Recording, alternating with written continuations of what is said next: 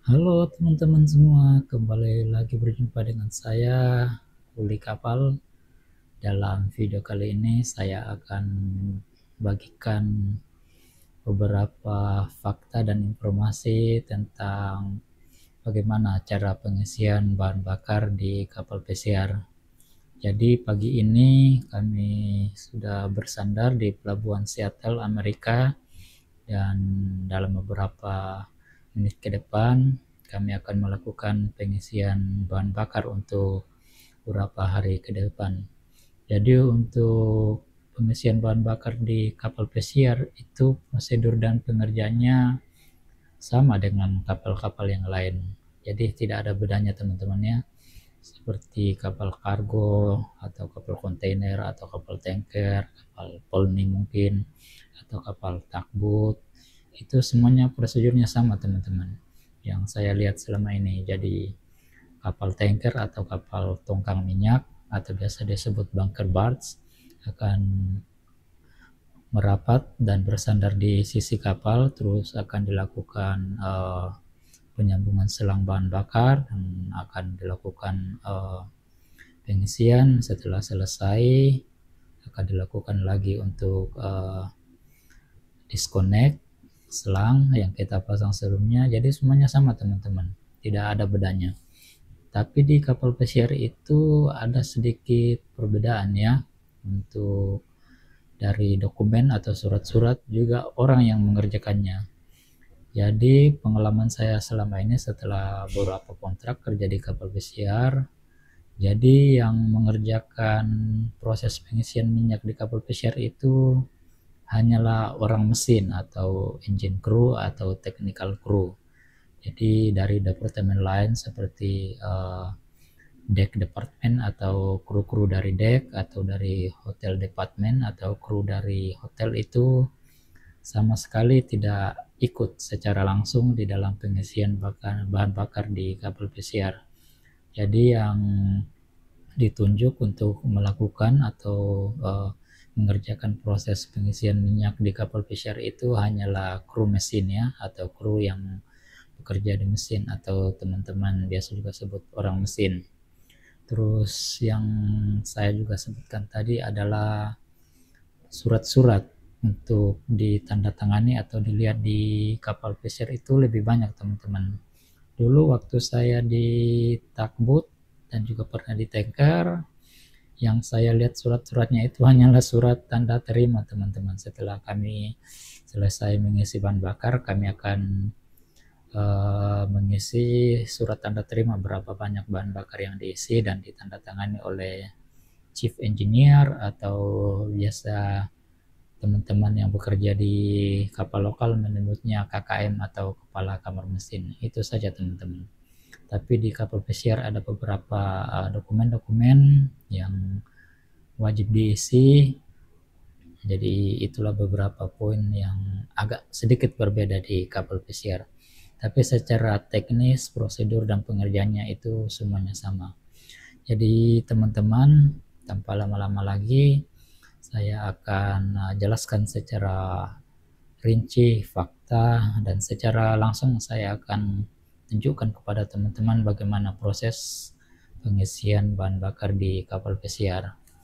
Jadi hari ini kami akan mengisi bahan bakar, ada dua jenis bahan bakar, dan di kertas yang saya pegang ini namanya fuel bunkering plan atau skema pengisian bahan bakar atau rencana pengisian bahan bakar. Jadi di dalam kertas ini ada beberapa data yang saya akan tunjukkan kepada teman-teman dan jelaskan satu persatu. Jadi fuel bunkering plan ini biasanya 2 hari setelah sampai di pelabuhan atau sehari setelah sampai di pelabuhan itu sudah di print ya sama first engineer kalau di tempat saya. Jadi first engineer yang in charge untuk fuel bunkering ini. Jadi sebelum kertas ini di print, kami akan melakukan perhitungan bahan bakar, berapa sisa bahan bakar yang ada di kapal, dan akan dilakukan perhitungan kira-kira berapa banyak yang akan kita butuhkan untuk perjalanan ke depan. Jadi saya jelaskan di sini teman-teman bahwa untuk saat ini kami sedang di Amerika dan akan melakukan cruise ke Alaska selama 7 hari. Jadi bahan bakar yang akan kami isi itu untuk persiapan kurang lebih 7 hari ke depan, dan 1 minggu ke depannya lagi kami akan melakukan pengisian bahan bakar lagi. Oke teman-teman, saya akan jelaskan satu persatu tentang fuel bunkering plan ini, isinya seperti apa di dalam, dan beberapa banyak bahan bakar yang akan kami isi hari ini. Oke teman-teman, jadi ini dia yang saya bilang tadi bahwa kertas ini adalah namanya fuel bunkering plan. Jadi hari ini tanggal 10 Agustus 2024 dan kami sementara berada di Port Seattle, Amerika. Jadi hari ini teman-teman kami akan melakukan 2 jenis bahan bakar yang berbeda. Yang pertama adalah namanya MGO, yang produk name ini adalah jenis minyak yang namanya MGO. MGO ini adalah Marine Gasoline Oil, atau kalau di negara kita adalah solar.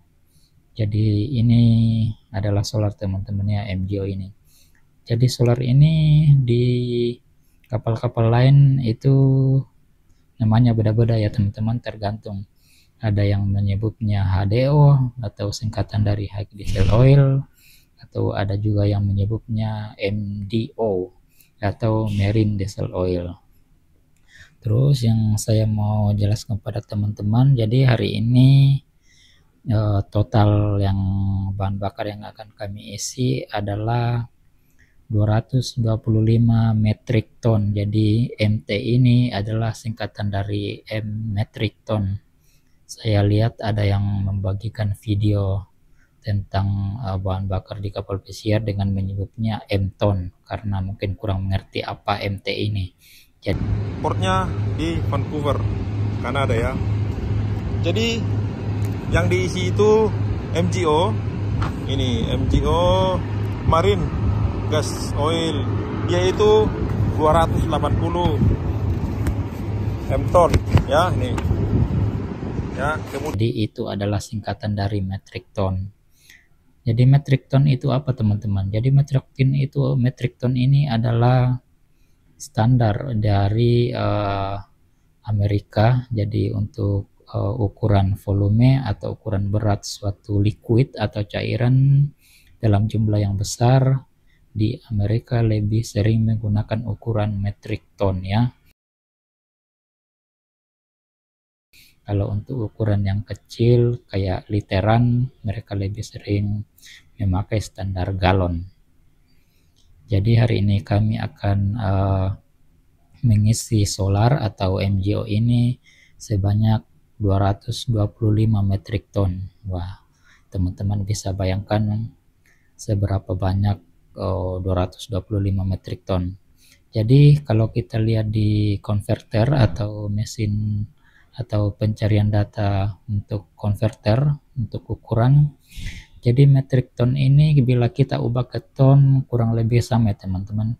Jadi 1 metric ton itu sama dengan 1,1 ton.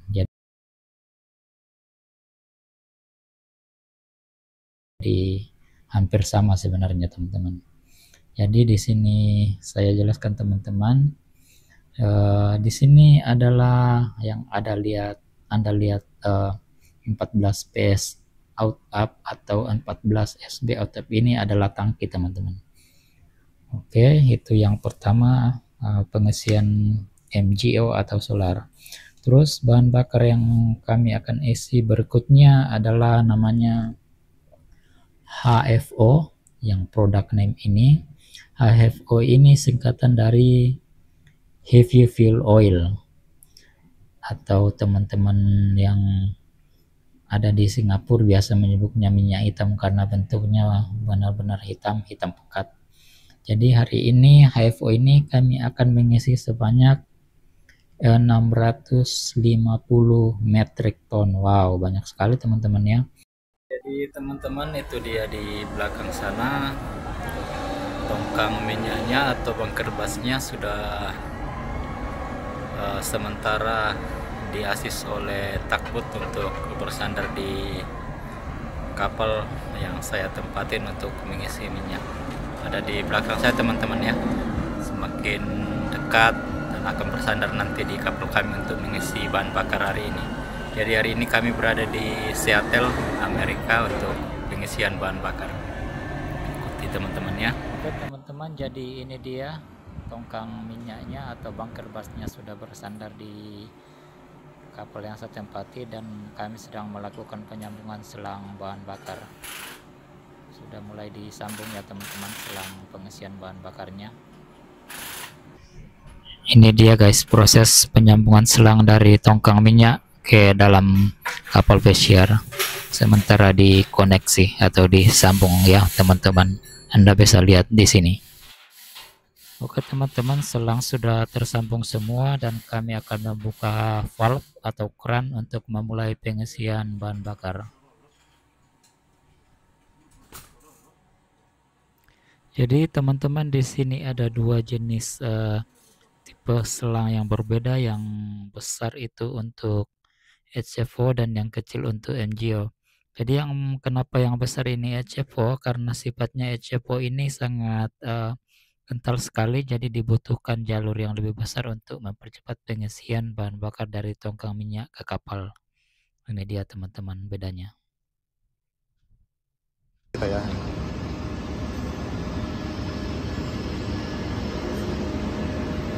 Jadi biasanya itu ada dua tipe selangnya itu guys, yang besar dan yang kecil. Biasanya yang besar itu digunakan untuk muatan yang lebih banyak. Kemudian yang kecil itu biasanya muatan yang lebih sedikit. Jadi kita Ya teman-teman, seperti yang Anda lihat di sini ada dua pipa, yaitu pengisian MGO dengan pipa yang kecil dan pengisian IFO dengan pipa yang besar. Ya, inilah buktinya kalau memang pengisian bahan bakar itu bukan didasarkan pada berapa banyaknya kuantiti yang diisi, tapi memang ini sudah standar internasional bahwa HFO ini memiliki pipa pengisian yang lebih besar dibanding dengan MGO.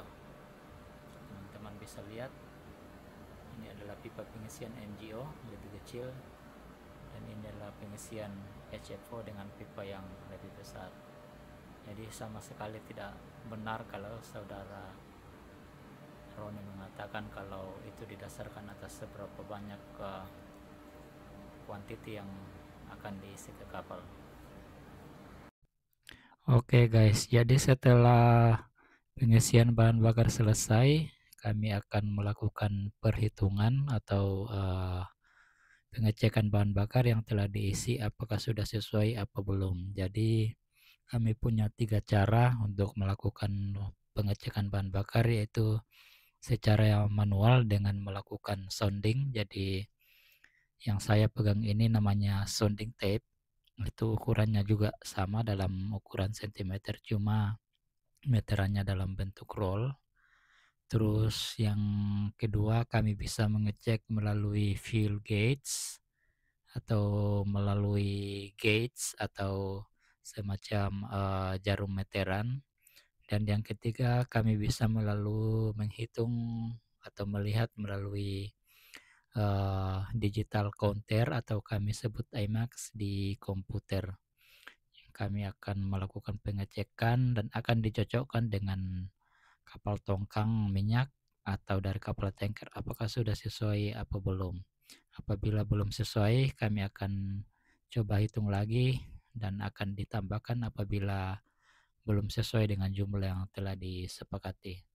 Jadi yang saya sedang sounding ini teman-teman itu HFO, Anda bisa lihat sendiri warnanya hitam kayak oli kotor, hitam pekat, yang saya bilang sifatnya sangat kental sekali.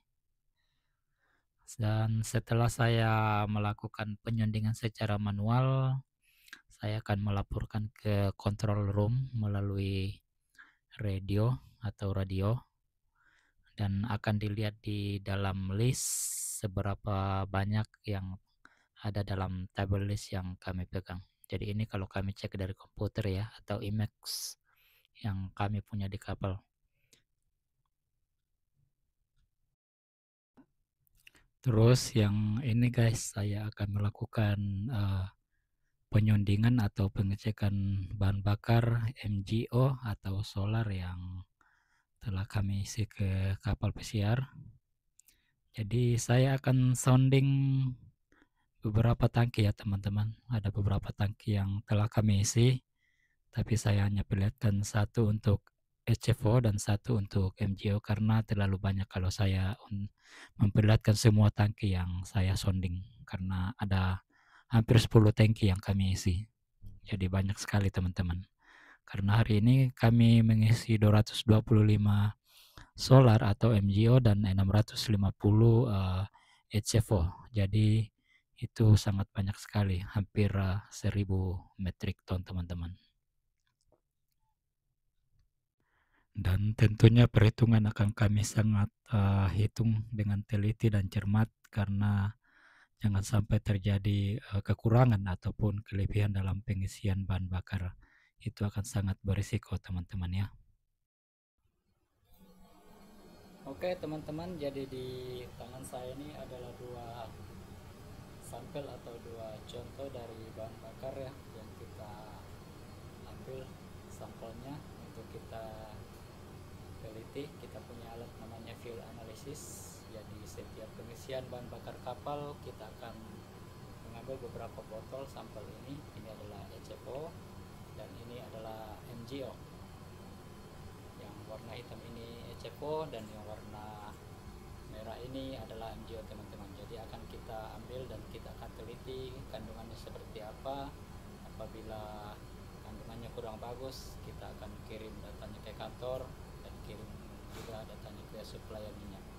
Jadi ini ya teman-teman ya, contoh dari pengambilan sampel bahan bakar di kapal pesiar. Oke guys, itulah video tutorial yang boleh saya bagikan saat ini tentang bagaimana pengisian bahan bakar di kapal pesiar. Semoga apa yang saya bagikan kali ini boleh menambah wawasan dan informasi teman-teman semua. Dan jangan lupa untuk di follow atau dibagikan biar kita sama-sama berbagi informasi. Dan jangan lupa untuk terus mendukung saya, karena pastinya akan banyak informasi yang saya bagikan seputar dunia permesinan di kapal pesiar. Sampai ketemu di video-video berikutnya. Ciao for now.